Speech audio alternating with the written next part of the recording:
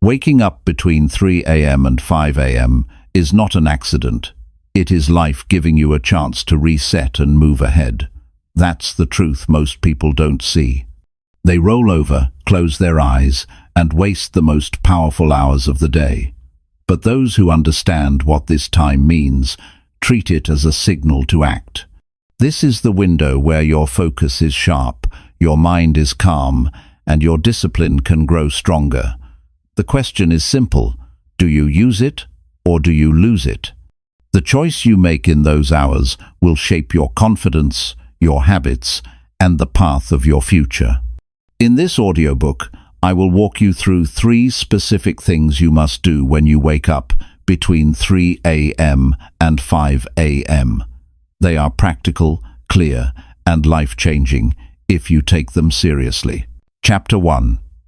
Get out of bed immediately and refuse to snooze. When the alarm rings between 3 and 5 in the morning, you are standing at the doorway of one of the most powerful decisions of your life.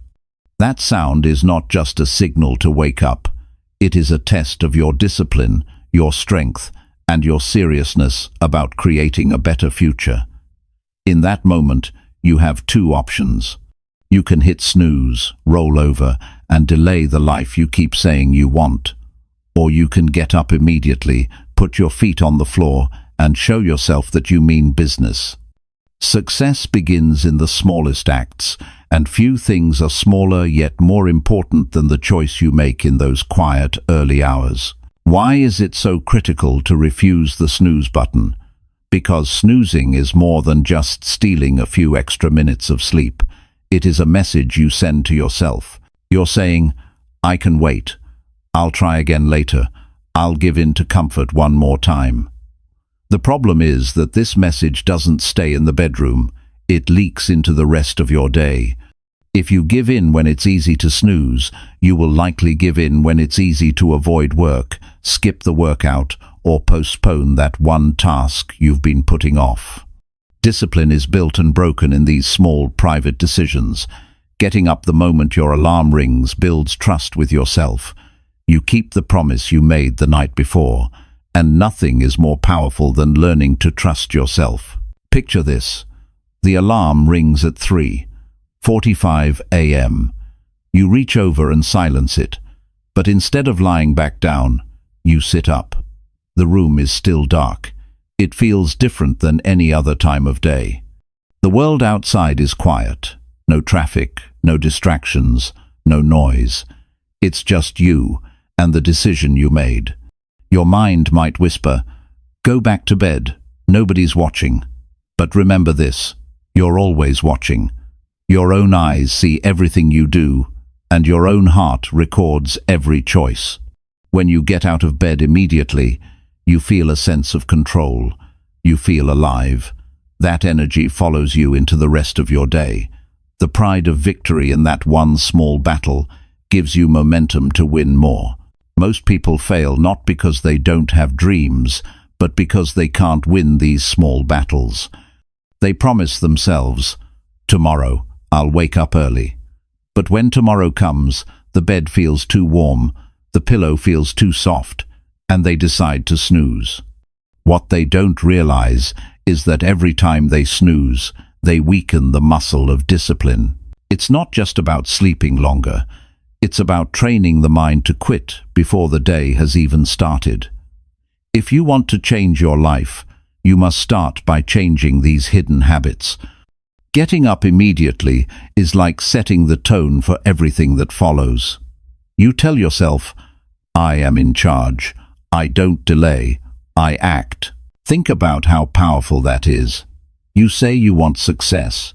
You say you want to be healthier, wealthier, happier. But how do you prove it to yourself? You prove it by getting up when it's hard.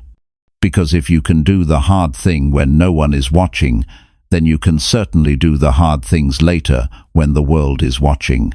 If you win at 3 in the morning, you will win at 3 in the afternoon.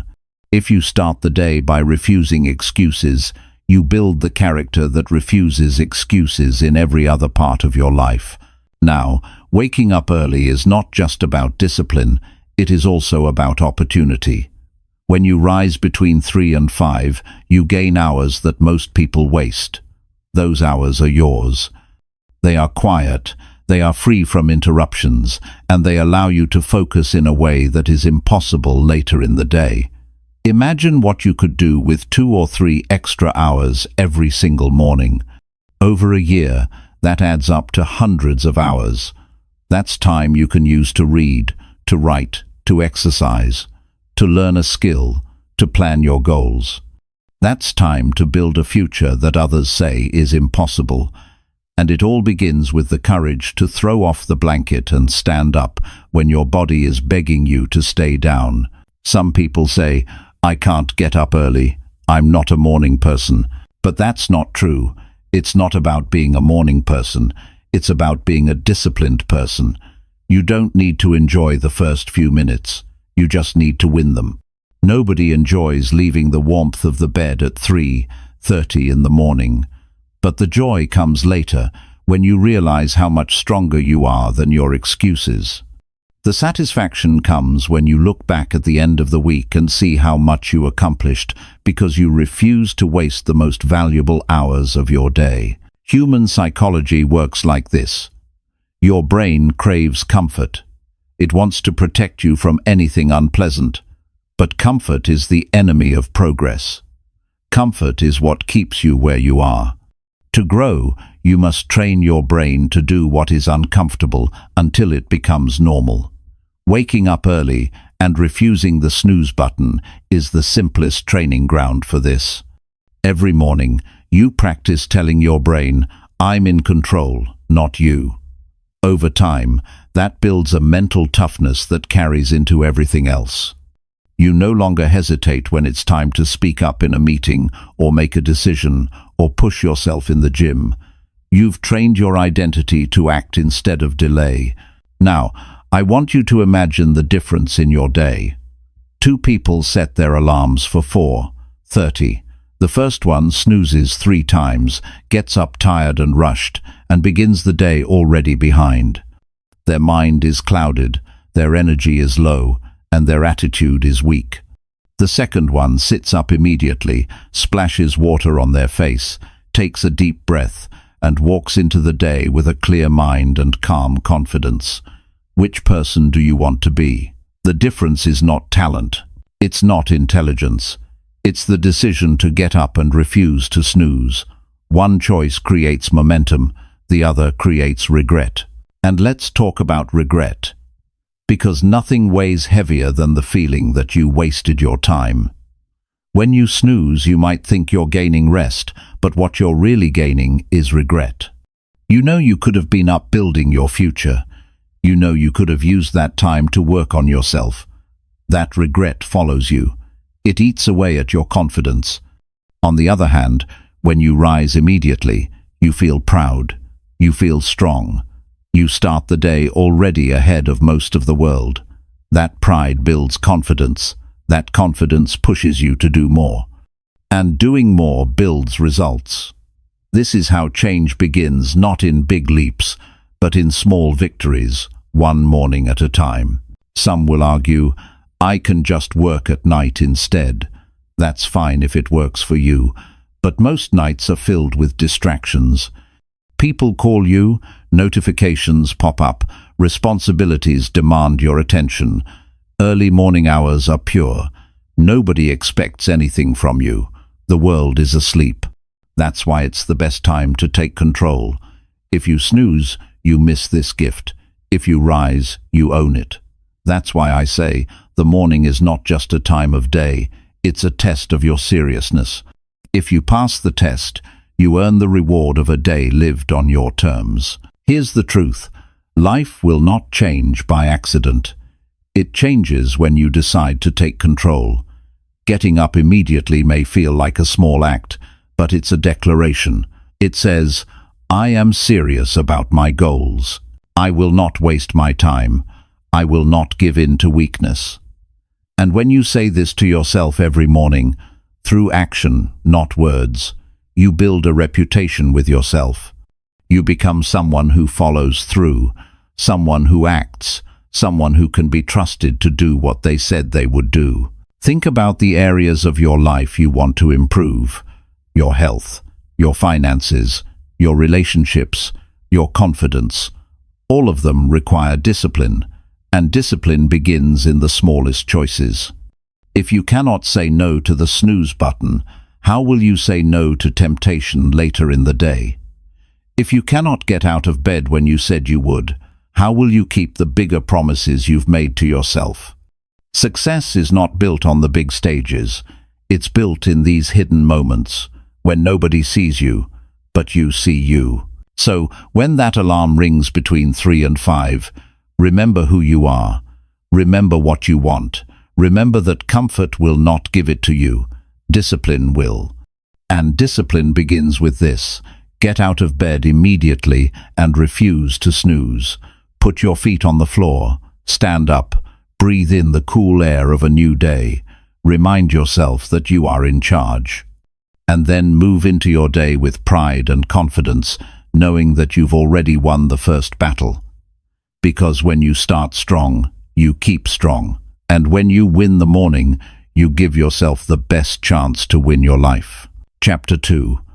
Look in the mirror and tell yourself you can. When you wake between 3 and 5 in the morning and stand in front of the mirror, you are facing the most important person in your life.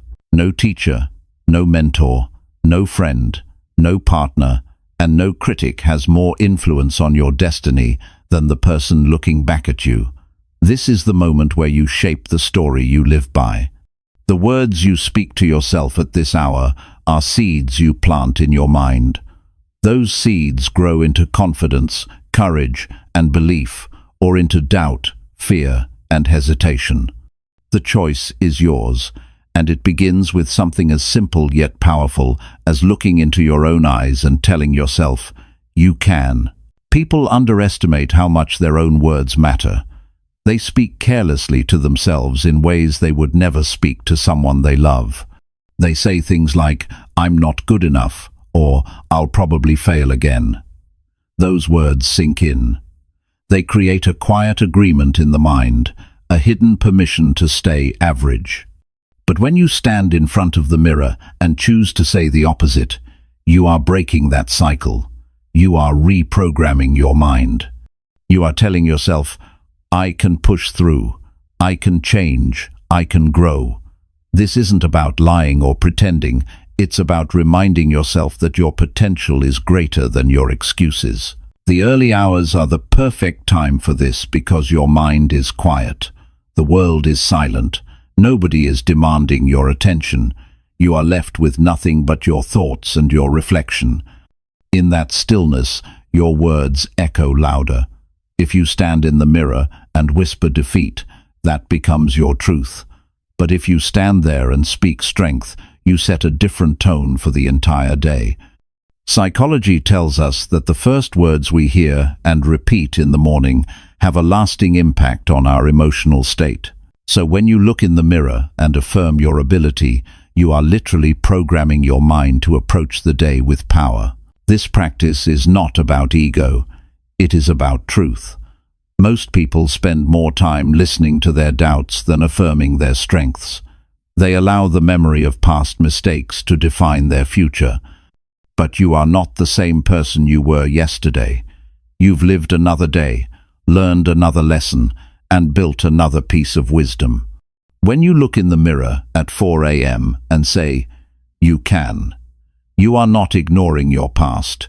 You are rising above it. You are refusing to let yesterday decide today. You are declaring that growth is possible, and that today you will step closer to the person you want to become. The mirror does something powerful. It strips away excuses. It shows you exactly who you are in this moment. There's no filter, no mask, no pretending, just you. That honesty can feel uncomfortable because it forces you to admit the truth about your habits, your discipline, and your choices. But that honesty is where change begins. When you say, I can, you are not denying that there is work to do. You are simply affirming that you are capable of doing it. You are giving yourself the permission to try, to act, to move forward, without waiting for perfect conditions. Think of how often people wait for encouragement from others. They hope someone else will believe in them, recognize them, or validate them. But what if that encouragement never comes? What if people doubt you, or worse, ignore you? That's why self-belief is essential. When you look in the mirror and say, "You can," you are giving yourself the support that the world may not give you. You are learning to be your own ally instead of your own enemy. You are taking responsibility for your mindset instead of waiting for someone else to hand it to you.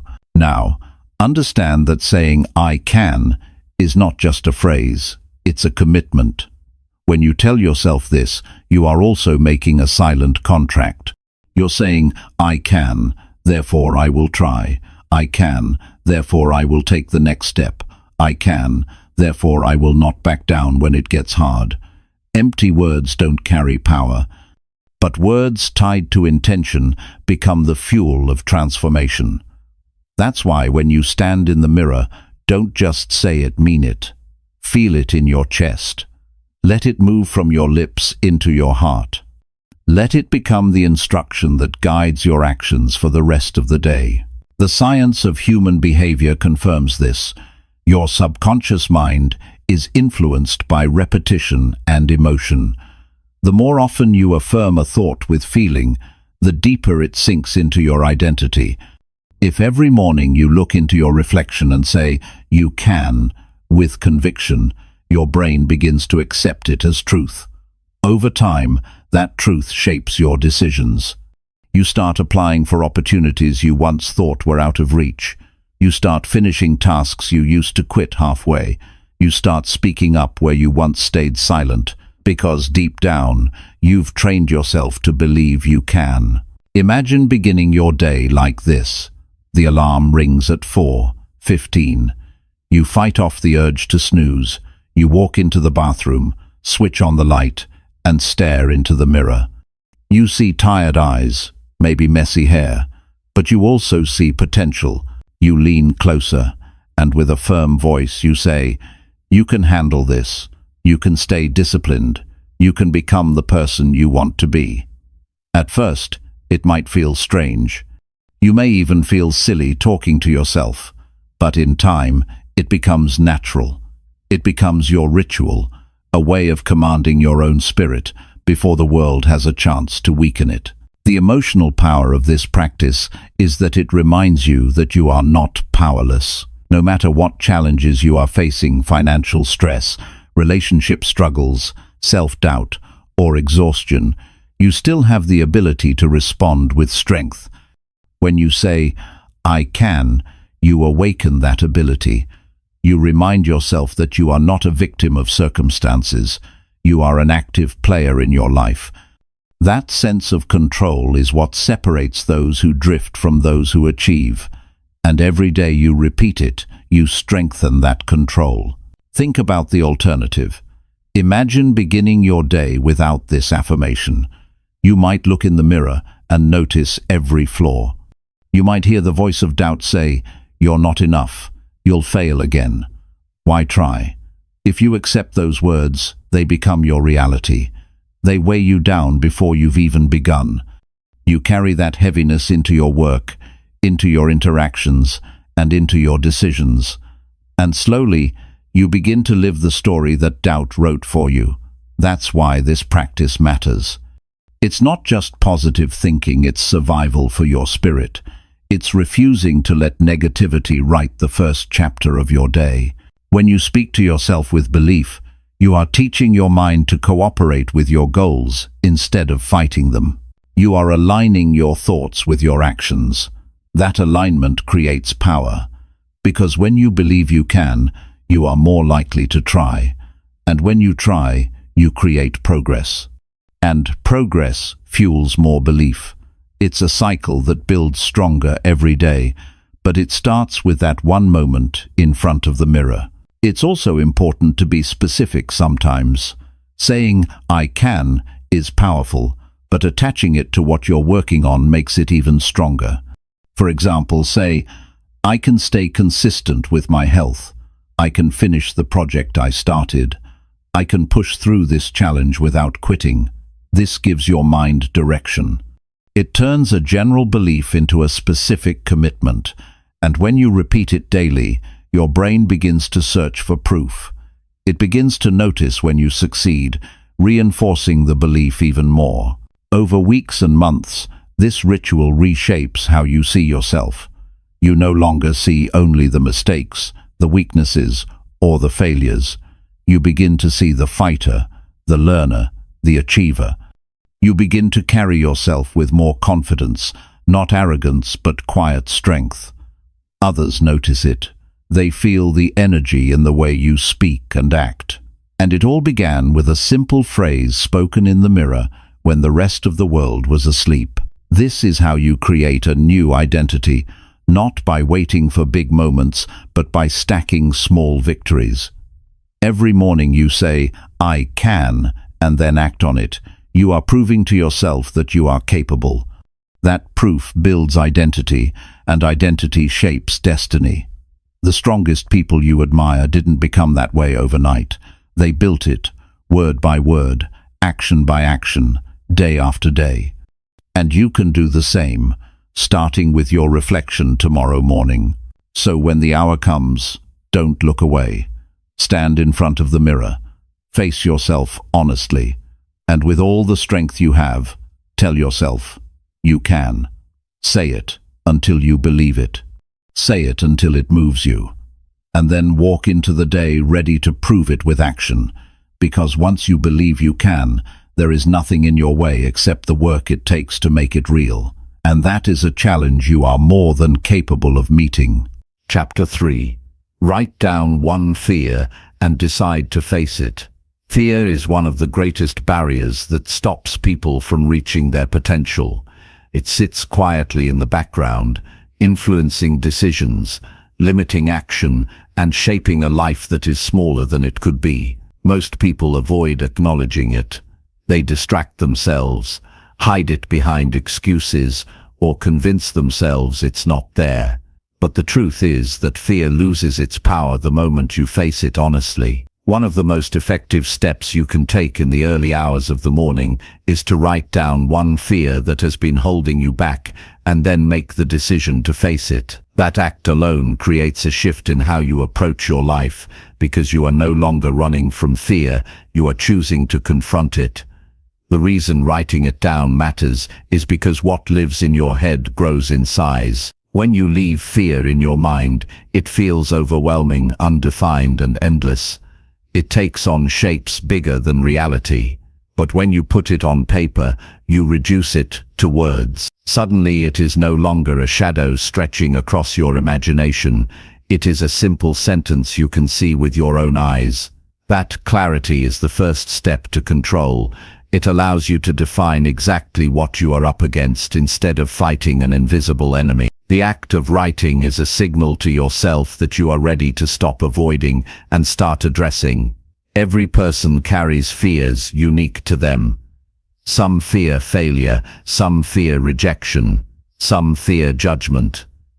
Others fear responsibility, change, or even success itself. Whatever the fear, it has one common effect. It keeps you still when you need to move.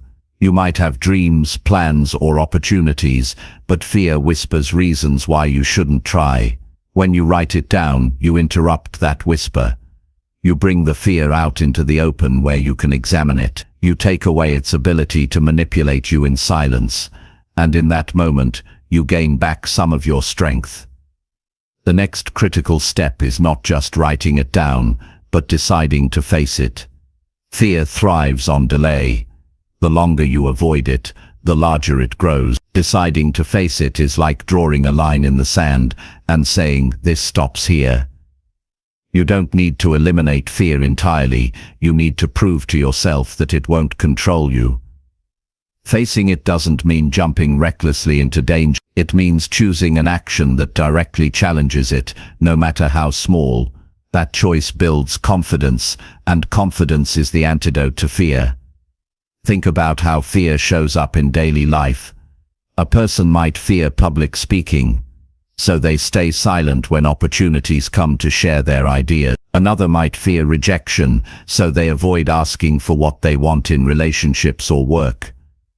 Someone else might fear failure, so they never start the project they've been thinking about for years. Each of these fears keeps life smaller than it should be. But imagine if each of these people woke up early, wrote down their specific fear, and then made a plan to take one small step toward confronting it. Over time, those steps would completely change their lives. Fear would no longer define their choices. They would define their choices in spite of fear. The morning is a powerful time to do this exercise because your mind is clear. You have not yet been pulled into distractions, conversations, or tasks. It's just you, the paper, and your honest. If you take a pen and write, "I fear speaking up in front of people," you now have something you can act on. The next line could be, "Today I will speak up once, even if my voice shakes." That small decision is more powerful than weeks of avoiding the issue. By deciding early in the day, you give yourself direction. You carry that commitment with you instead of leaving it behind for later. Facing fear doesn't mean you eliminate the feeling overnight. It means you act even with the feeling present. Courage is not the absence of fear. It is action in the presence of fear. When you decide to face what you wrote down, you teach your mind that you can survive discomfort. The more you do this, the more resilient you become. Fear stops being a wall and starts being a doorway you can walk through. Each time you walk through, the doorway feels wider, and your confidence grows stronger. Many people wait for confidence to come before they act. They tell themselves, "When I feel ready, I'll face it," but readiness never arrives. Confidence is built after action, not before it. Writing down the fear and deciding to face it flips this mindset. You no longer wait for confidence. You act first, and confidence follows. This is the psychology of growth. You stretch yourself slightly beyond comfort, survive the experience, and then realize you are stronger than you thought. That realization is repeated each time until fear loses its hold. Another powerful part of this practice is accountability to yourself. When you write down the fear, you cannot pretend it doesn't exist. It stares back at you in ink. You can't argue with it or excuse it away. It's there. When you then add the decision to face it, you have made a commitment. That commitment is not to anyone else, but to yourself. And when you follow through, you build trust with yourself. That trust is priceless. Many people struggle not because they don't know what to do, but because they don't trust themselves to do it. Each time you keep the promise to face your fear, you repair that trust. Imagine this as a daily practice. Each morning, you write down one fear, not 100, just one. It might be small, it might be large. Then you decide on one action to face it that day. Over the weeks, you would have faced dozens of fears. They would no longer pile up silently in your mind. Instead, they would shrink one by one as you addressed them. Over the months, you would notice yourself doing things you once thought impossible. You would see how much stronger you have become, simply because you chose to stop avoiding. Your life would expand in ways you never thought possible, all because of a daily decision made before the sun even rose. There is also an emotional freedom that comes from this process. Fear is heavy. Carrying it unspoken is like walking with weight on your back all day. By writing it down, you put the weight down for a moment. By facing it, you remove the weight entirely. You begin to breathe easier, think clearer, and move faster. Life feels lighter, not because the challenges disappeared, but because you stopped letting fear magnify them. You stepped forward and proved to yourself that you are capable. In relationships, this practice can transform how you connect with others. Many people hold back from honesty because they fear judgment or rejection. But when you decide to face that fear, you allow yourself to have real conversations. You express your feelings. You ask for what you need. You show up as your true self. That authenticity strengthens connections and earns respect. Fear weakens relationships by keeping you guarded. Facing fear strengthens them by making you real. In your career, this practice pushes you ahead of the average. Most people let fear stop them from asking for opportunities, applying for positions, or sharing their ideas. But if you wake up and write down the fear of being overlooked, and you decide to speak up or apply anyway, you separate yourself from the crowd. Even if the outcome isn't perfect, the act of trying builds your reputation, your experience, and your confidence. Over time, this is what leads to growth, not perfection, but persistence in the face of fear. In your personal goals, fear often shows up as procrastination. You delay starting because you fear failure, or you fear not being good enough. But writing down the fear and deciding to face it removes the excuse. It makes the delay obvious. When you see the fear on paper, you realize the delay is not about time. It's about avoidance. That awareness gives you the push to start, and once you start, the fear shrinks. Action always shrinks fear. This is not an easy practice. It requires honesty, courage, and discipline. But the payoff is enormous. Each morning you take a fear from the shadows, write it down, and face it. You are reclaiming control of your life. You are refusing to be guided by fear, and choosing instead to be guided by purpose. That shift separates those who live with regret from those who live with growth. When you stand at that desk or table between 3 and 5 in the morning with a pen in your hand, you are not just writing words. You are writing freedom. You are writing strength. You are writing the beginning of a new story for yourself. And when you follow through on the decision to face what you wrote, you are living that story. That's how transformation happens. One fear at a time. One decision at a time. One morning at a time. So tomorrow, don't hide from it. Take out the pen. Write down the fear that has been holding you back. Don't soften it. Don't disguise it. Put it in black and white. Then decide. Decide that today, no matter how uncomfortable, you will face it in some way. It may be a small step, but it is a step forward, and forward is what changes your life. Over time, this daily act will turn you into someone fear cannot control. You will become someone who moves through fear instead of avoiding it, and that kind of person is unstoppable. Chapter 4. Plan how to use today without wasting a minute. Every single day is a gift of 24 hours, and what separates those who move forward from those who remain stuck is how that time is used. Between 3 and 5 in the morning, when distractions are at their lowest, you hold the chance to decide exactly how the hours ahead will be spent. If you don't plan, time will slip away without you even noticing. You will find yourself busy but not productive, active but not effective, tired but not fulfilled. That's why taking time in the early morning to plan how to use today without wasting a minute can change the entire direction of your life. When you wake up, your mind is clearer than it will be later in the day. Before the phone starts ringing, before messages demand replies, before responsibilities crowd in, you have a window of control. This is when you should decide what matters most and how to structure your hours. A written plan is like a contract you sign with yourself. It keeps you focused on what is important instead of letting the day be stolen by whatever is urgent or distracting. Without a plan, you will drift. With a plan, you move with intention.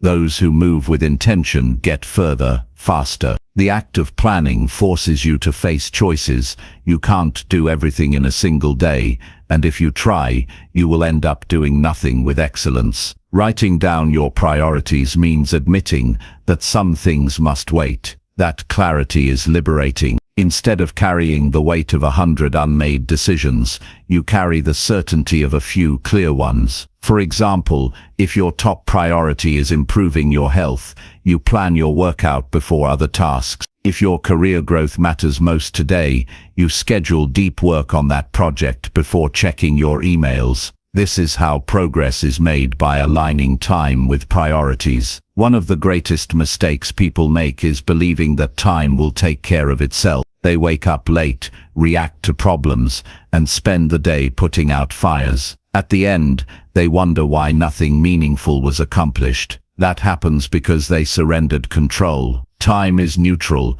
It doesn't care if you use it wisely or waste it foolishly. But life rewards those who discipline their minutes. Planning your day before it begins is the discipline that ensures you are steering, not drifting. The best time to plan is in those quiet early hours. Sit down with a notebook, not your phone. Write the date at the top. Ask yourself, what are the 3 most important things I must accomplish today? Be honest. Don't choose easy tasks just to feel busy. Choose the tasks that will actually move you forward in life, even if they are uncomfortable. Once you have those 3, build the rest of your day around them. These are your anchors. No matter what distractions come, these must be completed. That level of focus turns an ordinary day into a productive one. Planning also requires detail. Don't just write work on project. Write down what part of the project you will complete. Don't just write exercise. Decide whether it's a run, lifting weights, or stretching, and decide when it will happen. The more precise you are, the easier it is to follow through. Vague plans invite procrastination, while specific plans invite action. Human psychology responds to clarity. When you know exactly what to do and when to do it, resistance weakens. You no longer waste energy deciding throughout the day. You simply act. Now, planning isn't only about work. A well-lived day includes balance. Include time for rest, connection, learning and reflection. If you ignore these, your productivity will eventually collapse. Schedule short breaks. Plan a conversation with someone you value. Make space to read or learn something new. At the end of the day, schedule 10 minutes to reflect on what worked and what didn't. This habit sharpens your future planning and ensures growth. A day planned without balance may bring results in one area, but emptiness in others. A day planned with balance strengthens every area of life. You may wonder why planning is emphasized so strongly. The reason is simple. Wasted time compounds into wasted years. Every day you drift is a day you can never get back. But every day you plan and follow through is a day that builds into something great. Think of what happens if you save just 10 minutes per hour by eliminating distractions through planning. That's 4 hours saved in a single day. Over a month, that's more than 100 hours. Over a year, that's over 1,000 hours you can use to build skills, relationships, health, or wealth. That is the hidden power of refusing to waste a minute. Planning also reduces stress. When you know exactly what you need to do, the mind anxiety comes from uncertainty, from carrying too many vague responsibilities in your head. Writing down a plan unloads that burden. It tells your mind, I've decided, I know what comes next. You no longer waste energy worrying about forgetting something or doubting what to do. You can focus fully on the task in front of you,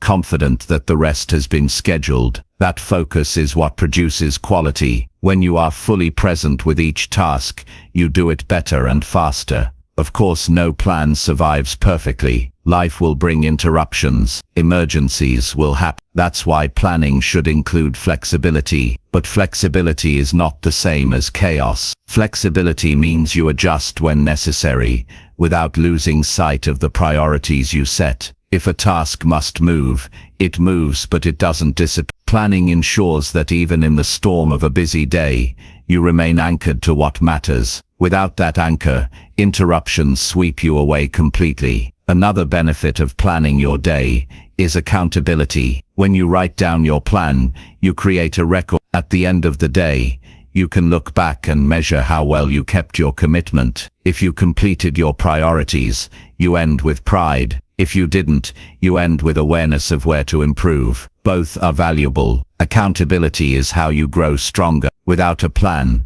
there is nothing to measure, and without measurement, growth is impossible. Consider the difference between two people. One wakes up at the last minute, checks their phone, reacts to messages, and goes through the day responding to whatever shows up. The other wakes early, plans the day in writing and follows through with intention. At the end of the day, the first person feels drained and unfulfilled, wondering where the hours went. The second feels accomplished and in control, even if everything wasn't perfect. Multiply that difference by a month or a year, and you see two entirely different lives, one shaped by reaction, the other shaped by deliberate planning. This habit also builds identity. Each day, you plan and follow through.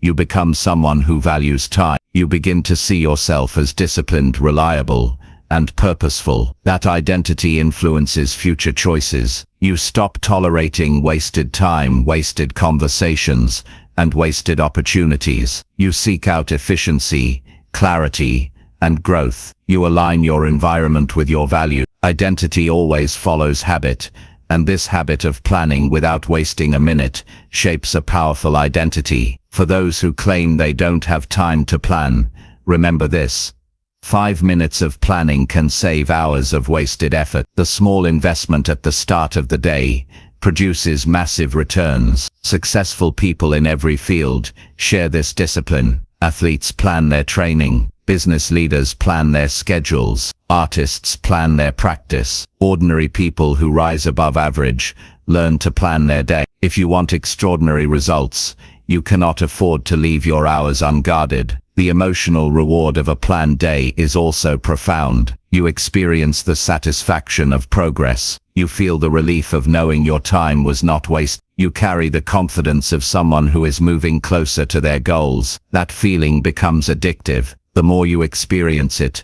the more you crave it, and the more consistent your planning becomes. Soon you will no longer ask, "Should I plan my day?" It will be as natural as breathing, because you've tasted the power it gives. As you continue, you'll notice something else. Planning your day, without wasting a minute, not only changes your productivity, it changes your character. It teaches responsibility. It strengthens discipline. It sharpens focus. These qualities spill into every area of life. You become more dependable in relationships, more effective at work, and more confident in yourself. The simple act of deciding how to use your hours becomes the foundation for a life of strength and purpose. Tomorrow morning, when the world is still, take a pen and paper. Write down exactly how you will use today. Don't let a single hour drift by without direction. Decide where your energy will go. Decide what tasks matter most. Decide when you will rest, when you will work, and when you will grow. Guard your time as if it is treasure, because it is. Refuse to waste a minute. Build your life hour by hour, day by day, with intention. Do this consistently, and you will look back in a few years with pride, knowing you lived fully, not by accident but by design. Chapter 5. Send one message of gratitude to someone who matters. Every morning gives you the chance to strengthen your relationships, and one of the most overlooked ways to do this is by expressing gratitude. Gratitude is more than a polite word. It is an act of recognition. It tells another person that you value them, that their presence matters, and that their effort has not gone unnoticed. Sending one message of gratitude to someone who matters may look small on the surface, but its impact is far-reaching.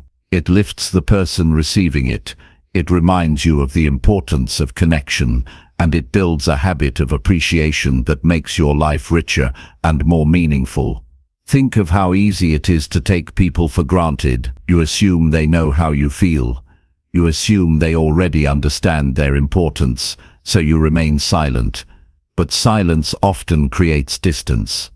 People may never hear the words they long to hear, and you may never say the words that could have strengthened a bond. That's why making it a daily practice to send one genuine message of gratitude is so powerful. You stop leaving things unsaid. You stop assuming. You start expressing. And in that expression you keep your relationships alive and strong. Gratitude is not about long speeches or dramatic words. It is about sincerity. A short message sent early in the morning that simply says, "I appreciate the way you've supported me," or "I'm grateful you're in my life," can carry more weight than you realize. For the other person, it may come at the exact moment they need encouragement. It might remind them that they are valued. It could even be the difference between them starting their day discouraged or starting it with a renewed sense of purpose. People rarely forget how you made them feel, and gratitude always makes people feel seen. When you send a message of gratitude, you also change yourself. Gratitude shifts your perspective. Instead of focusing on what's missing or what's wrong, you focus on what's present and what's right. That shift makes you more resilient, it makes you more positive, it keeps you from sinking into self-pity or complaining. Every time you think about who deserves your gratitude, you remind yourself that you are not alone, that life has given you connections worth valuing. That mindset builds strength because it roots you in appreciation instead of bitterness. Gratitude also deepens respect. When you acknowledge someone, you show that you're paying attention. You recognize their contribution, whether big or small. This creates trust, and trust builds stronger bonds. In families, gratitude strengthens love. In friendships, gratitude strengthens loyalty. In professional life, gratitude strengthens teamwork. People want to support those who notice and appreciate them. Neglect creates distance, but recognition creates closeness.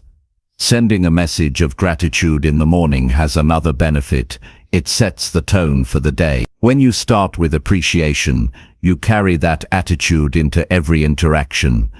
You're less likely to be harsh, impatient, or dismissive. You treat people with more kindness. You respond with more patience. You feel lighter because you've reminded yourself that there is good in your life and that others have been part of it. That one message becomes the seed for a day lived with greater respect and joy. Some people hesitate because they think gratitude will make them look weak. They worry that saying thank you too often will reduce their authority. That belief is false.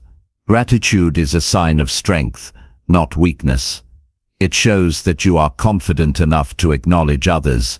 It shows that you are not threatened by recognizing someone else's contribution. In fact, leaders who express gratitude consistently earn more loyalty and respect than those who never do. Strength is not found in withholding kindness. It is found in giving it generously. When you practice sending one message of gratitude every day, it begins to change your habits of thought. Instead of waiting for special occasions to say something kind, you begin to notice daily opportunities. You start to look for reasons to be thankful. And when you look for reasons, you always find them. You realize how many people have touched your life in ways large and small. That awareness creates humility, and humility is a powerful foundation for growth. This practice also teaches you consistency. Gratitude is not just for holidays or rare moments. It should be part of everyday living. Imagine the difference if every morning for 1 year you sent a message of gratitude. That would be 365 people or moments acknowledged. That is 365 reminders to yourself of how much good surrounds you. That consistency compounds into stronger relationships, stronger character, and stronger connection to life itself. The truth is, people often wait too long to express gratitude. They wait until someone is gone, until the chance is lost, and then they wish they had spoken sooner. This practice prevents that regret. By sending one message of gratitude each morning, you eliminate the chance of leaving important words unsaid. You never know how long you or someone else will be here. Gratitude spoken today is always better than gratitude left unsaid tomorrow. This act also teaches courage. For some, expressing gratitude feels uncomfortable. It feels vulnerable. They worry about how the message will be received. But vulnerability builds strength. Each time you push past that discomfort, you grow brave. You realize that people respond warmly to genuine appreciation. You realize that fear of judgment is often unfounded, and the more you practice, the easier it becomes. Gratitude then becomes not only natural but enjoyable. Think about the effect on your own emotions. The moment you type a message or write a note of thanks, you feel lighter. Your focus shifts from problems to blessings.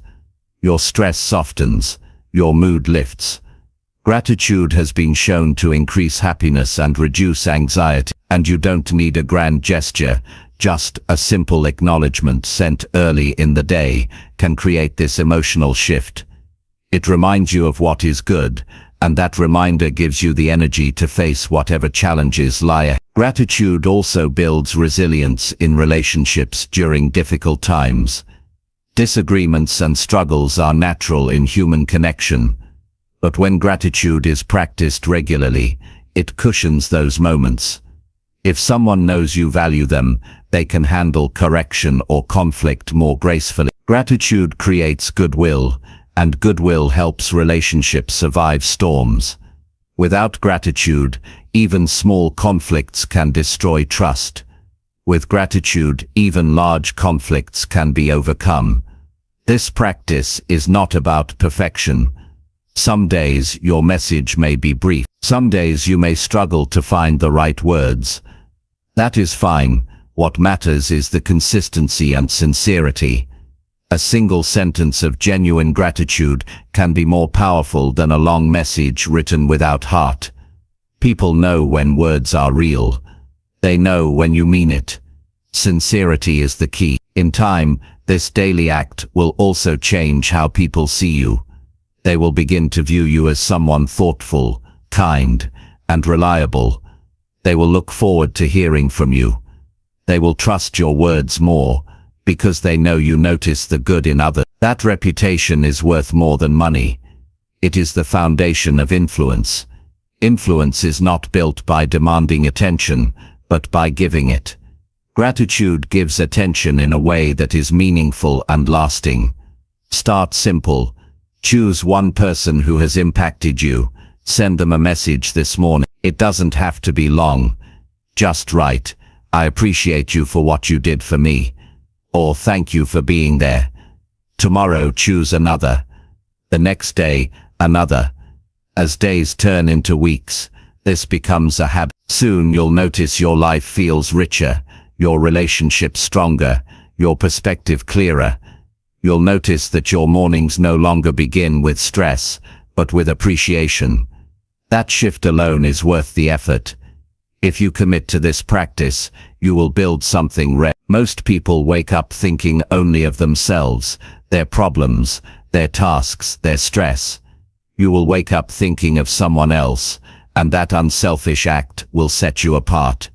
It will make you a source of encouragement in a world that desperately needs it. And in giving encouragement, you will also strengthen your own heart.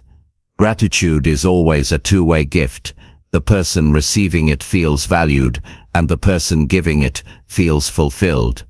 Tomorrow morning, send one message of gratitude to someone who matters.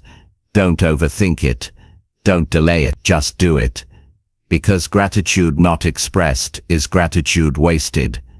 And when you build your days on gratitude, you build a life filled with stronger relationships, deeper meaning, and lasting joy.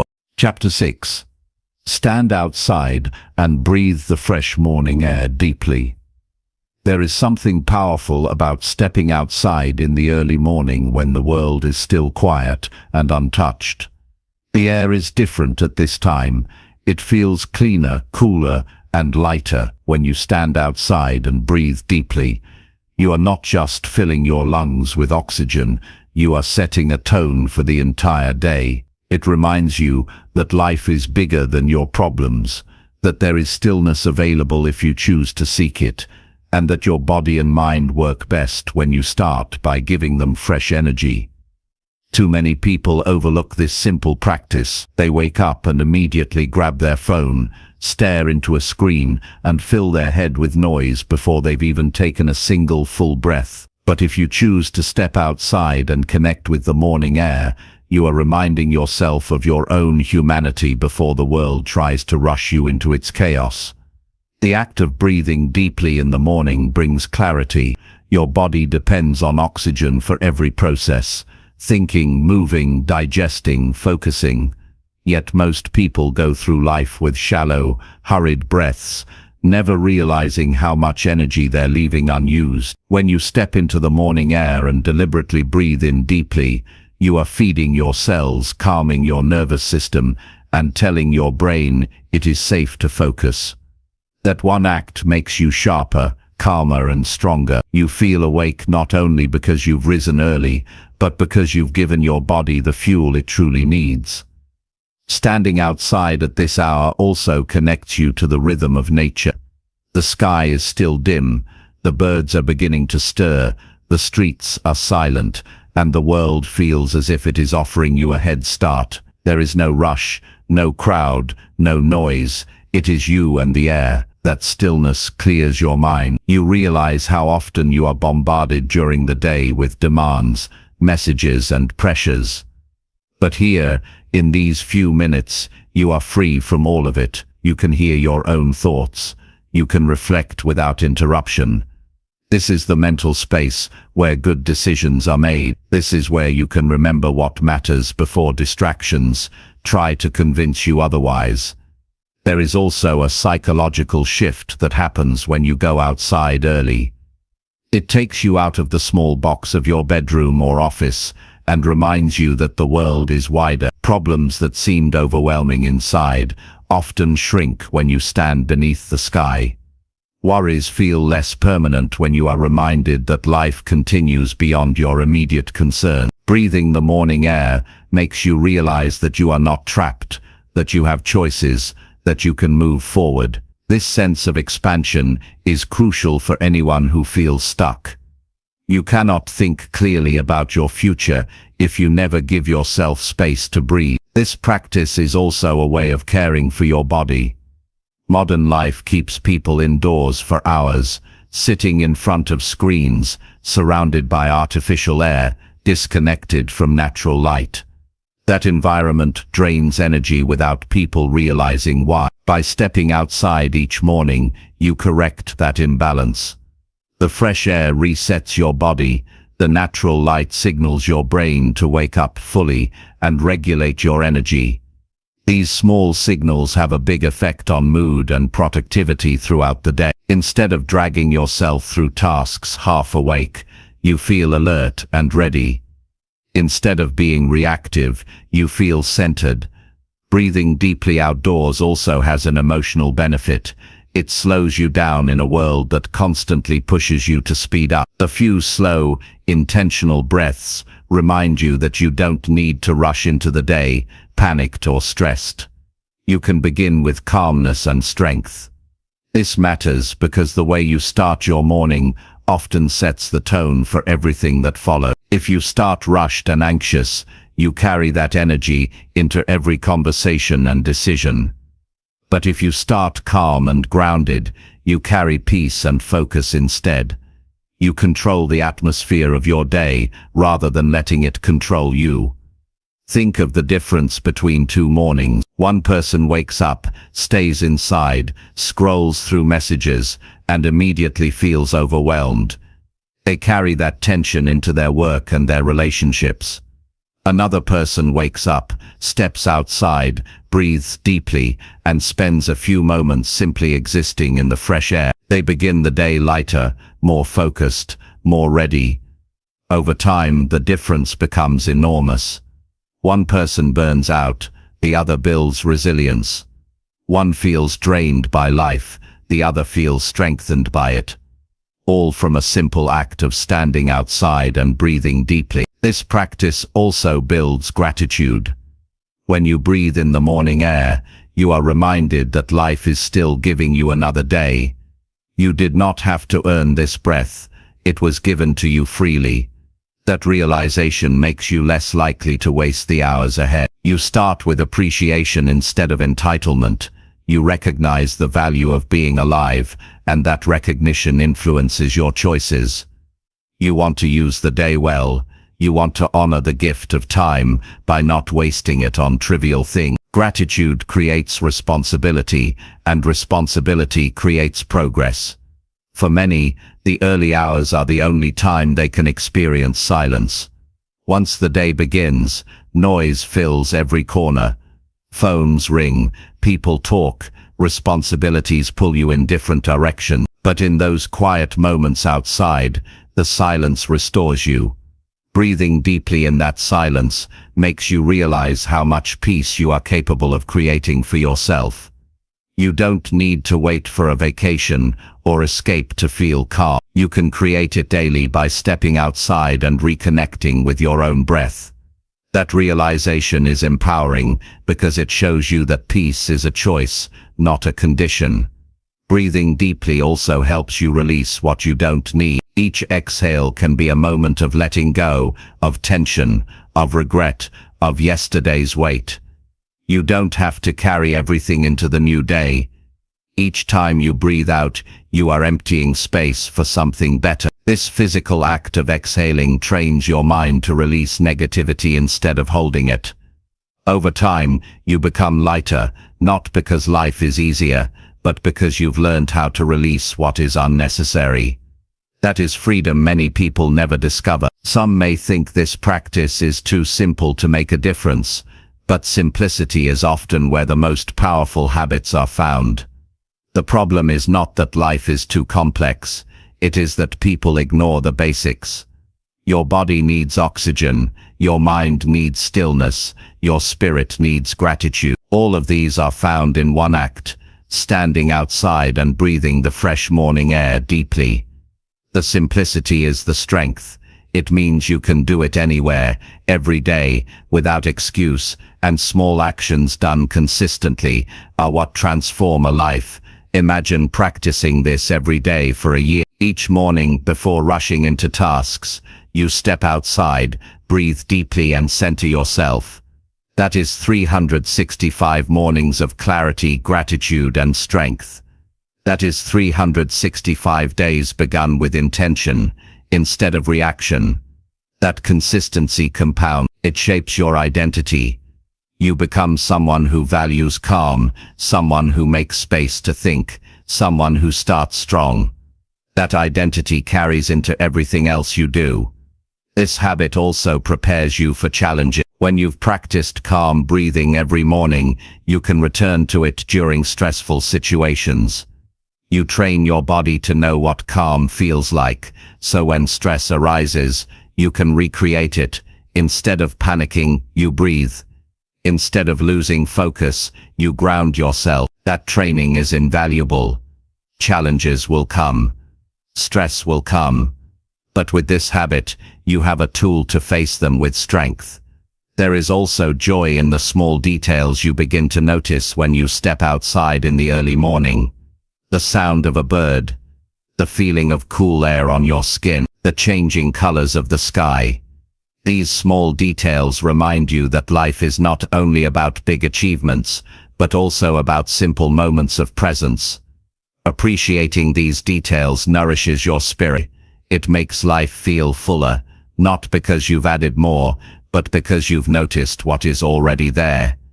Tomorrow morning, instead of rushing into noise, step outside. Take in the silence, feel the coolness of the air. Inhale slowly and let the oxygen wake your body. Exhale and release the tension you don't need.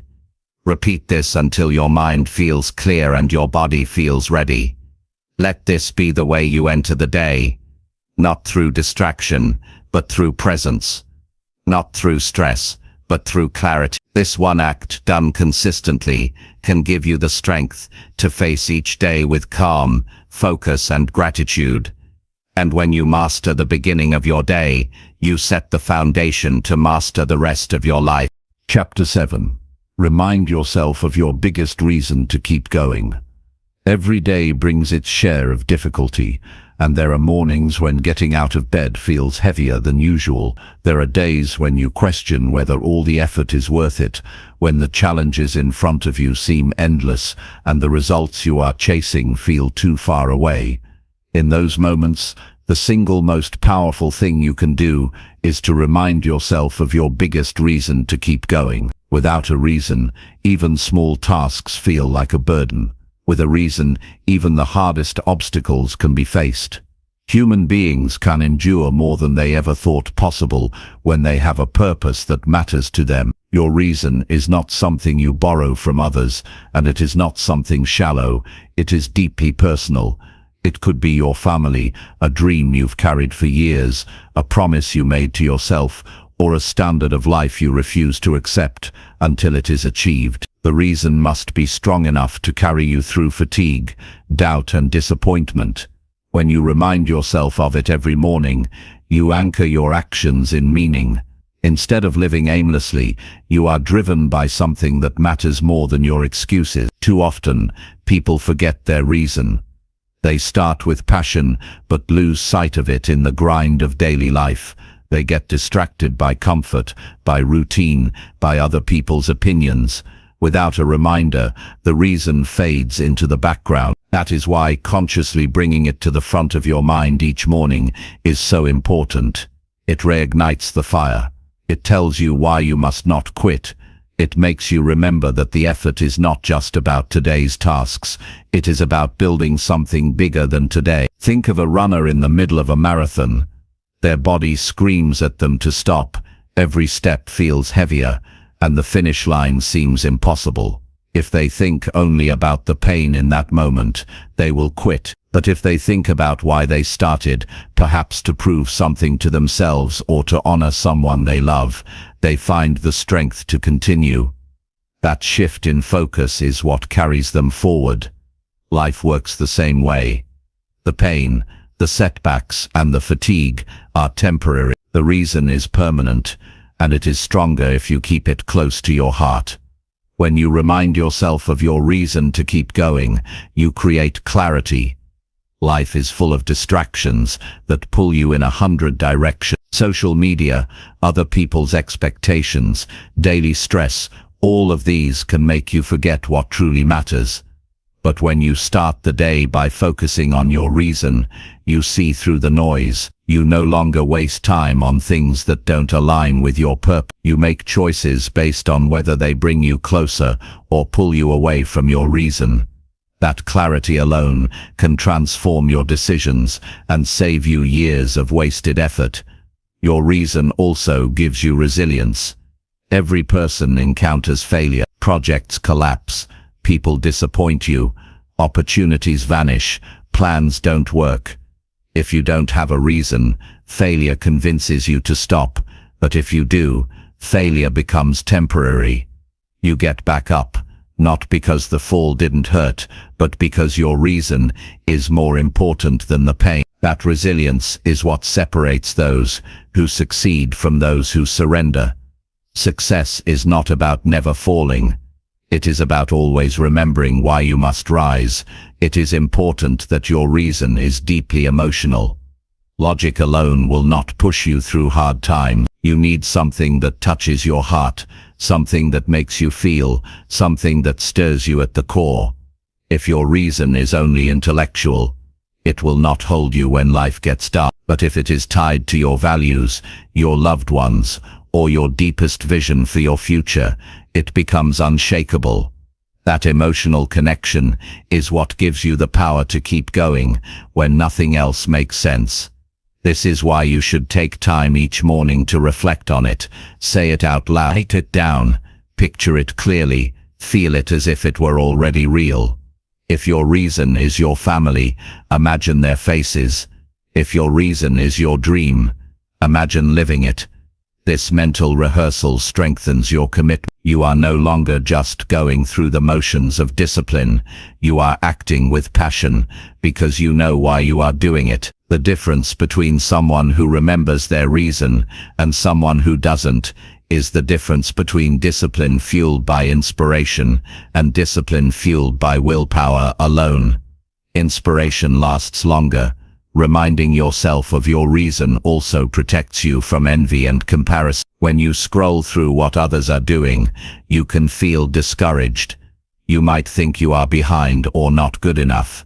But your reason grounds you. You realize that your journey is not theirs. Your reason is unique, and your path is yours. That shift removes the pressure to measure yourself against others. You focus on progress, not comparison. You focus on your finish line, not theirs. This gives you peace and keeps you steady. Even when the world around you seems to be moving at a different pace, there will be mornings when you wake up tired, when the temptation to quit is strong. On those mornings, your reason is your reminder that quitting is not an option. It is the voice that says, you cannot stop here. Too much is at stake. Too much has been invested. Too much depends on you moving forward. That voice silences excuses. It gives you the strength to take the next step, even if it is small, even if it is slow. Because forward is always better than stopping, and forward is what your reason demands. The beauty of this practice is that it compounds. Every day you remind yourself, your reason becomes stronger in your mind. It is no longer a vague idea, it is a living force that guides you. Over weeks, you notice yourself acting with more conviction. Over months, you notice you are less shaken by obstacles. Over years, you look back and realize that this one daily habit built the foundation of your resilience. You did not survive by accident, you survived because your reason pulled you through. Ask yourself, what is the one thing you want so deeply that giving up would be a betrayal to yourself? That answer is your reason. Carry it with you. Protect it. Feed it.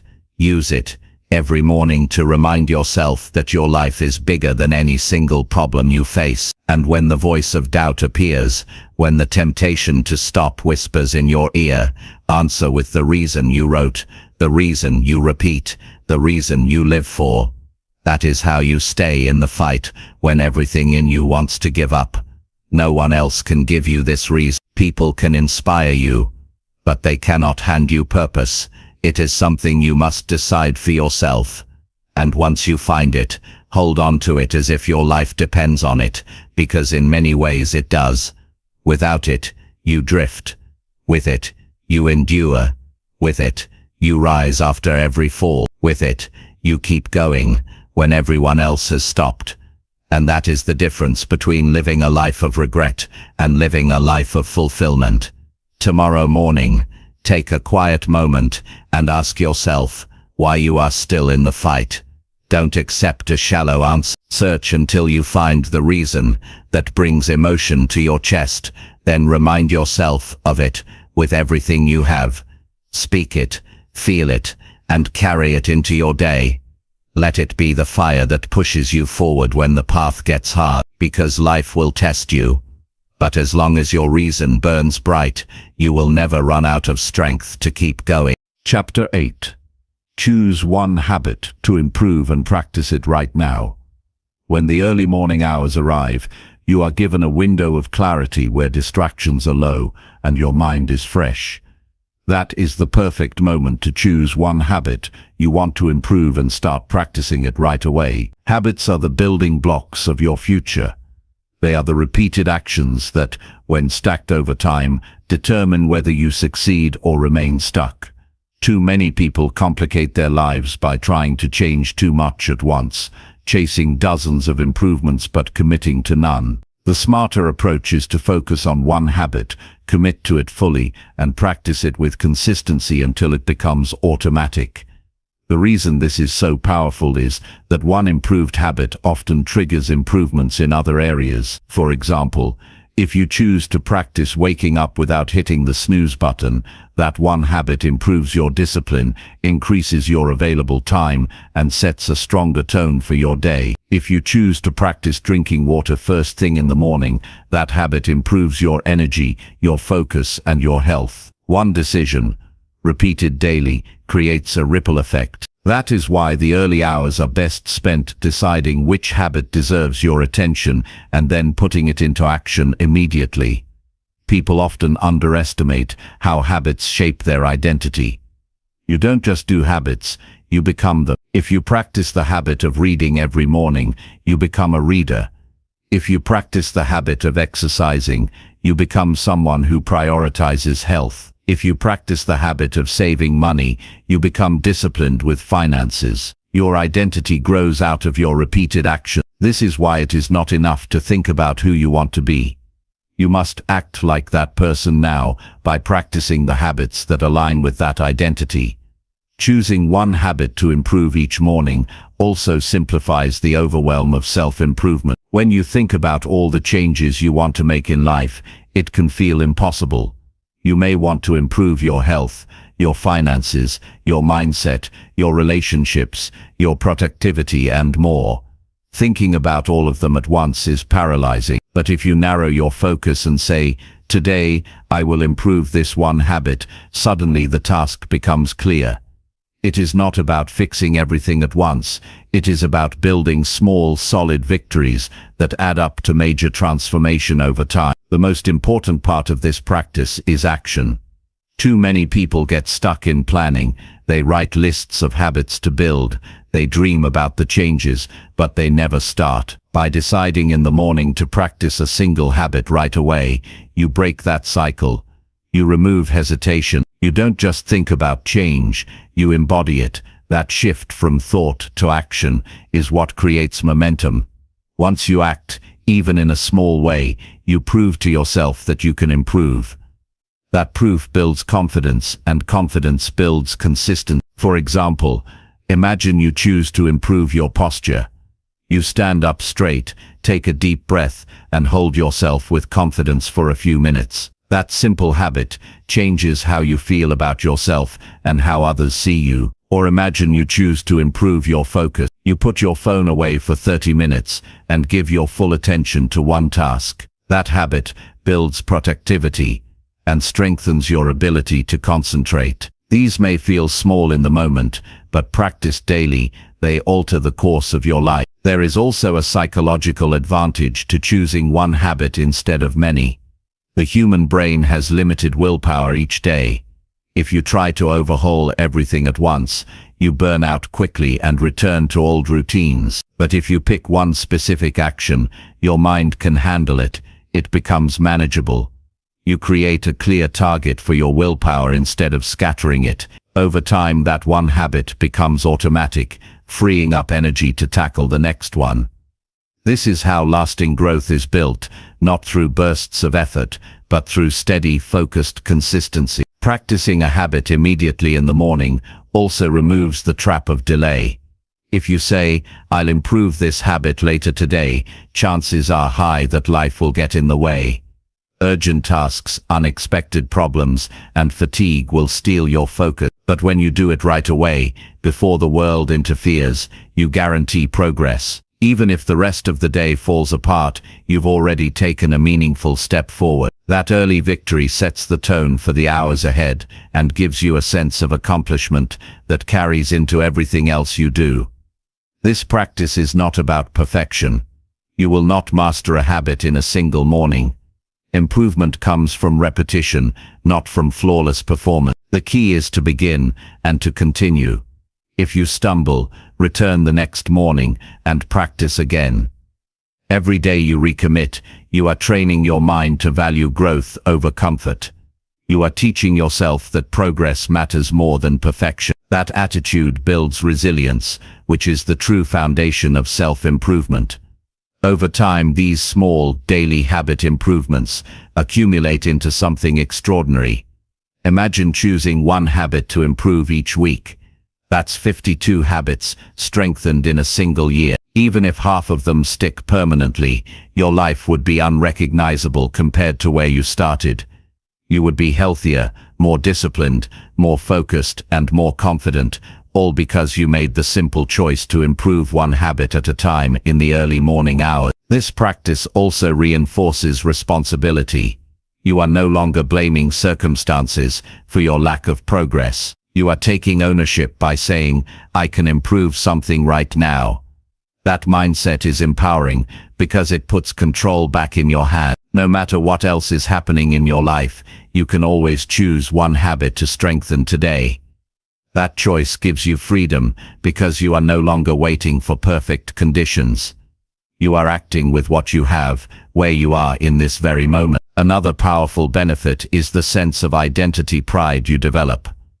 Each time you practice a habit, you reinforce the story you tell yourself about who you are.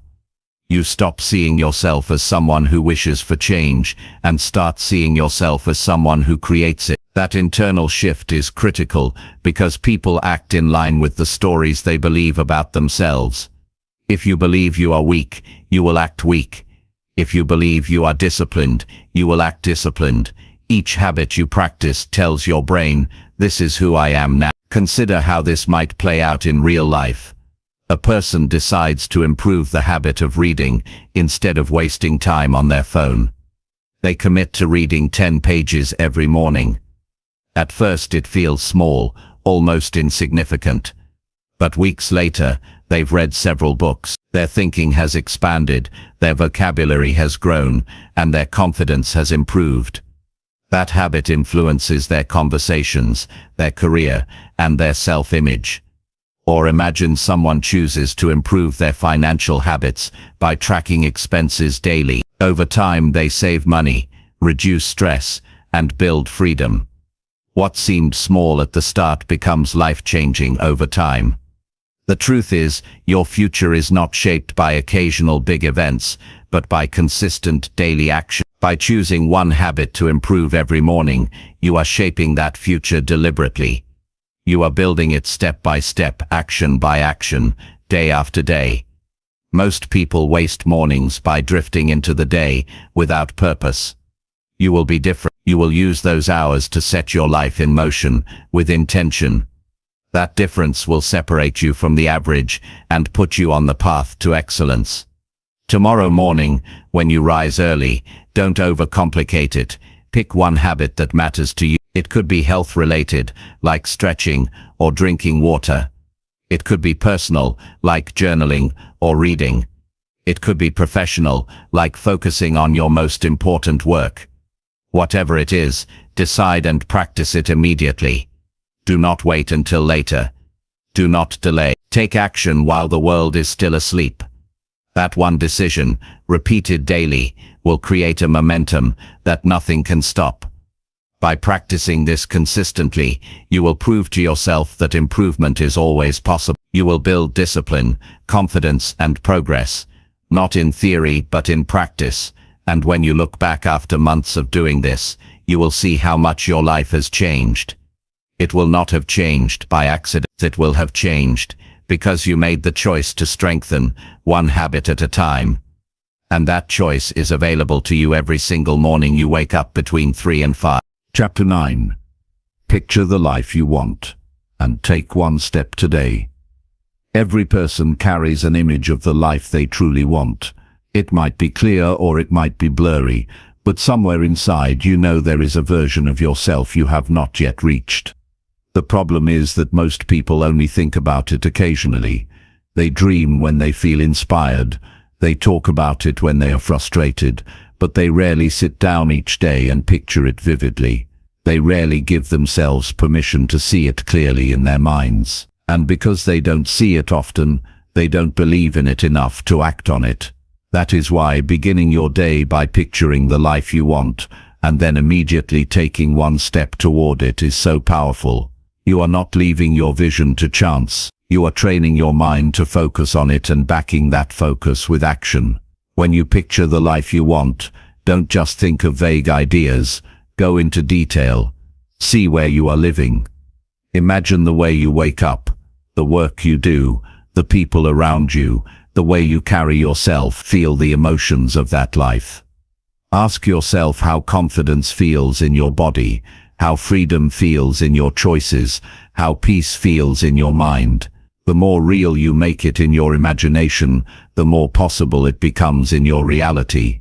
Human psychology responds strongly to vision. If your mind can see it clearly, your body can start moving toward it. If your mind never pictures it, your body has no direction. But vision without action is useless. That is where most people fail. They dream, they imagine, they talk about what they want, but they don't act on it. And after years of dreaming without action, they stop believing it is possible. That is why the second part of this practice is essential. After you picture the life you want, you must take one step toward it today. It doesn't have to be a big step, it just has to be real. If your vision is health, your step might be a workout or a healthy meal. If your vision is financial freedom, Your step might be saving money, creating a plan, or working on a new skill. If your vision is confidence, your step might be speaking up in a meeting, or having a difficult conversation. The step proves to yourself that you are serious. The act of linking vision to action is where transformation happens. One without the other is incomplete. Vision alone is fantasy. Action alone is blind movement. But vision plus action is momentum. It means you know where you are going, and you are already moving. That combination is what separates those who talk about change from those who create it. And when you do this daily, the gap between your current life and the life you want begins to close. Slowly, steadily, consistently, you move closer. Picture a person who wants a better career. Each morning, they imagine themselves in the position they desire, speaking confidently, leading effectively, being respected. Then they take one step that day, whether it's learning a new skill, applying for opportunities, or networking with purpose. Over months, those steps add up. Another person wants to improve their health. They picture themselves strong, energized, and active. Then they take one step daily, whether it's exercising, preparing better meals, or sleeping on time. Over months, the vision takes shape. The power is not in occasional effort, but in consistent vision-backed action. There is also an emotional strength that comes from this practice. Life often feels heavy when you forget what you are working toward. Days blur together, tasks feel meaningless, and motivation fades. But when you start by picturing the life you want, you inject meaning back into the day. You remind yourself why effort matters. You remind yourself that you are building something bigger than this moment. That emotional reminder makes it easier to push through challenges. It's not just about finishing tasks, it's about moving closer to the life you want. The step you take each day does not need to impress anyone else. It only needs to move you forward. Too many people quit because they think small steps don't matter. They want dramatic progress. But small steps done consistently create dramatic results over time. If you save a little money every day, it grows. If you read a few pages daily, your knowledge expands. If you improve one skill steadily, it compounds into mastery. The life you want is not built overnight.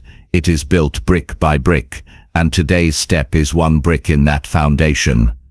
Another important part of this practice is honesty. When you picture the life you want, don't water it down to make it seem realistic.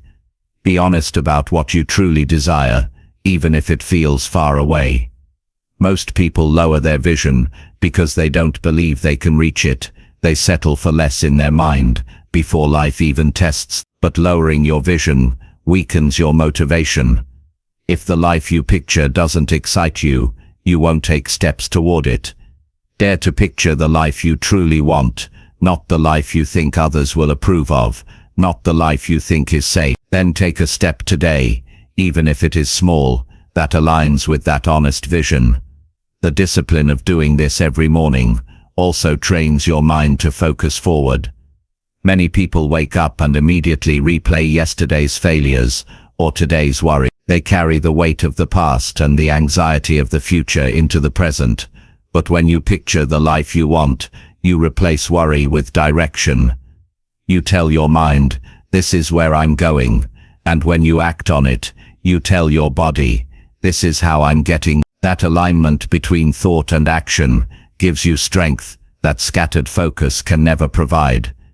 Consider how different life looks for two people after 5 years. One wakes up each day without vision, drifts into tasks, and takes no deliberate steps toward a goal. They end up in the same place, maybe even worse. The other begins each day with vision, takes one step and repeats that process daily. After 5 years, the difference is enormous.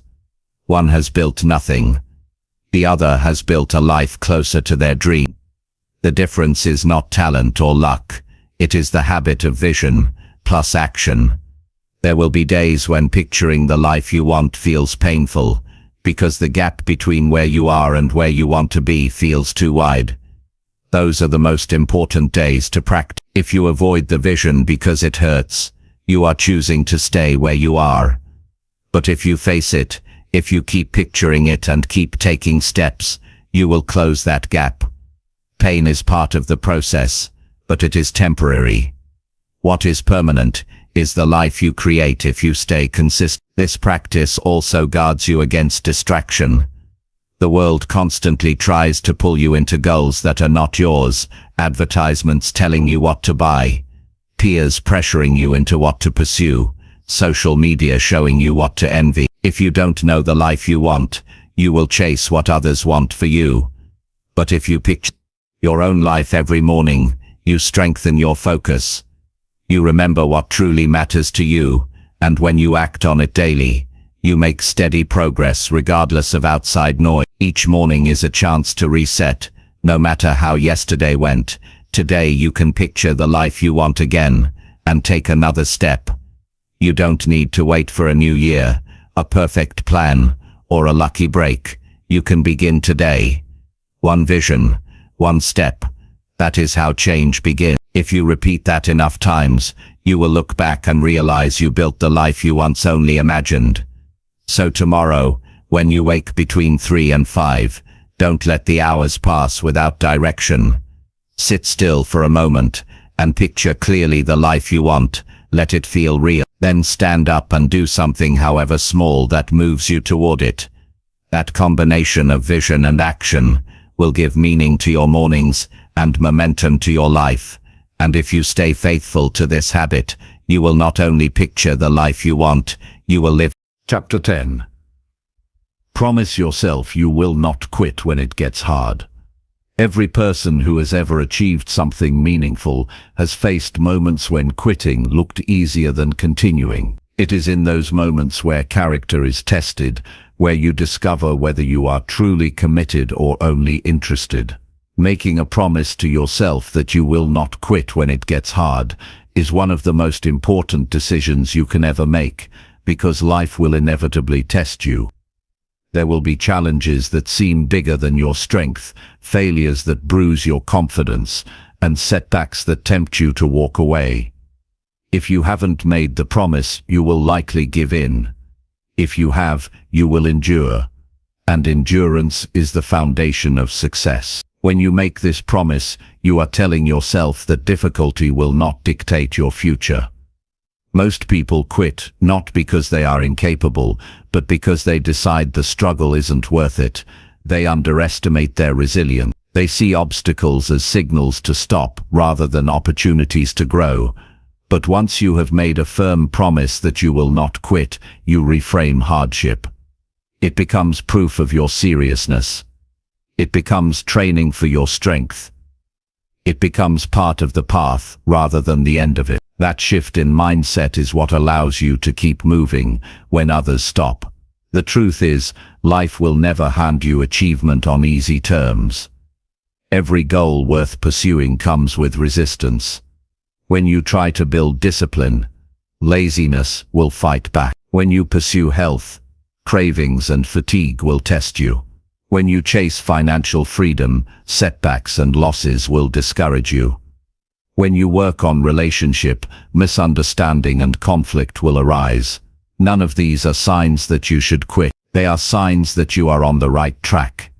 The presence of resistance is confirmation that you are moving into territory that requires growth. Promising yourself you won't quit gives you the determination to push through that resistance instead of running from it. This promise is not made to the world. It is made to yourself. That makes it even more powerful, because self-promises shape identity. When you break a promise to yourself, you weaken your own trust. You teach your mind that your word cannot be counted on. But when you keep a promise to yourself, especially when it is hard, you build trust. You prove that your word matters, even privately. That kind of self-trust creates confidence, unlike anything else. It makes you believe in your own strength, because you've seen yourself keep going when it would have been easier to stop. Quitting often looks appealing in the moment because it offers immediate relief. You tell yourself, if I stop, the pressure goes away. If I stop, I don't have to feel this discomfort. And that's true, but what also goes away is the chance to grow, the chance to win, the chance to prove yourself. What replaces discomfort is regret, and regret lasts far longer than struggle. Struggle is temporary. Regret lingers for years. That is why the promise to not quit is critical. It reminds you that quitting is not an escape, it is a trade. And the trade is never worth it. Making this promise also means preparing for the reality of hardship before it comes. You cannot wait until you are overwhelmed to decide whether you will endure. In the heat of difficulty, emotions will try to control you. If you haven't already decided, you will convince yourself quitting is logical. But if the decision is made beforehand, if you've promised yourself you will not quit, then the only question left is how to keep going. Not whether you will. That clarity saves you from wavering when your energy is low. It gives you stability when chaos surrounds you. There is power in remembering why you started. When things get hard, your mind often focuses only on the pain of the moment, but pain is not the full picture. Beyond the pain is the reason you began, the vision you had, the goal you wanted, the change you sought. Reconnecting with that reason strengthens your resolve. You realize that the struggle is part of the price for what you want, and you have already decided the price is worth paying. Promising yourself not to quit keeps your eyes on the outcome rather than the obstacle. This promise also builds resilience over time. The first time you keep going when it's hard, it feels almost impossible. The second time, it feels slightly easier. Each time you endure, you prove to yourself that you can survive discomfort. That proof builds into strength. Eventually, what once felt unbearable becomes normal. You adapt. You grow tougher. This growth cannot be gained any other way. It only comes through refusing to quit when things get difficult. Difficulty is the training ground of resilience, and resilience is what carries you to goals that most people never reach. Think about people who have built lives of success, strength, or mastery. They are not people who never struggled. They are people who struggled and refused to quit. Behind every victory is a story of resistance. Behind every breakthrough is a history of setbacks. The difference between those who made it and those who didn't is not talent, not luck, not resources. It is the promise they made to themselves not to give up, no matter how hard it got. That is the one trait that separates those who succeed from those who fade away. When you make this promise, it becomes a source of strength, even outside of your goals. It affects how you face life as a whole. Challenges in relationships, work, or health no longer feel like reasons to collapse. They feel like opportunities to apply the same commitment. You become someone others can rely on because you've trained yourself not to fold when pressure comes. People respect those who keep moving forward when most would stop. They trust them, they look to them, they follow them. And it all begins with the personal promise you make in private. Keeping this promise requires more than stubbornness. It requires strategy. You must learn how to adjust when things aren't working. Refusing to quit does not mean repeating the same mistakes endlessly. It means staying committed to the destination, even if the route must change. If one method fails, you try another. If one door closes, you look for another entry. The key is that you do not abandon the journey. This flexibility within commitment is how progress is made. Too many people confuse quitting with adjusting. Quitting ends the pursuit entirely. Adjusting keeps the pursuit alive. The promise you make ensures you adjust rather than abandon. There will be days when keeping this promise feels like carrying a heavy load uphill. You will question your strength. You will doubt your ability. But those are the days where your character is being forged. Every step you take under pressure is shaping you into someone who can handle greater responsibility and greater success. Hardship is not just an obstacle, it is a builder of capacity. By not quitting, you expand what you are capable of. You turn into someone stronger than the person who started. That transformation is as valuable as the goal itself. It is also important to recognize that this promise is not about never resting. Rest and quitting are not the same. Rest and quitting are not the same. Rest is strategic. It recharges you so you can continue. Quitting is surrender. It ends the pursuit entirely. Knowing the difference is critical. Sometimes the best way to honor your promise is to pause, recover, and then return stronger. Rest is part of endurance. Quitting is the absence of it. As long as you keep the promise not to quit, rest becomes a tool, not an escape. The promise you make to yourself will be tested, not once, but many times. Each new level of growth brings new challenges. Each new pursuit brings new obstacles. But each time you choose not to quit, you reinforce the promise. It becomes part of who you are. Eventually you no longer need to remind yourself. It is simply your identity. You are someone who doesn't give up when it gets hard. That identity is one of the most powerful assets you can carry into any area of life. At the end of your journey, when you look back, what will matter most is not how easy life was, but how faithful you were to the promise you made. Success will feel sweeter because you know it came through struggle. Strength will feel deeper because you know it was built through resistance. And pride will be real because you know you could have quit, but you didn't. That is the reward of the promise. So make it now. Promise yourself that you will not quit when it gets hard. Say it and mean it. Write it down if you need to. Remind yourself daily that quitting is not an option. And when the hard times come, and they surely will, hold to that promise as if your future depends on it, because it does. The future belongs to those who endure. The future belongs to those who keep moving forward. The future belongs to those who refuse to quit. And if you make and keep this promise, that future will belong to you.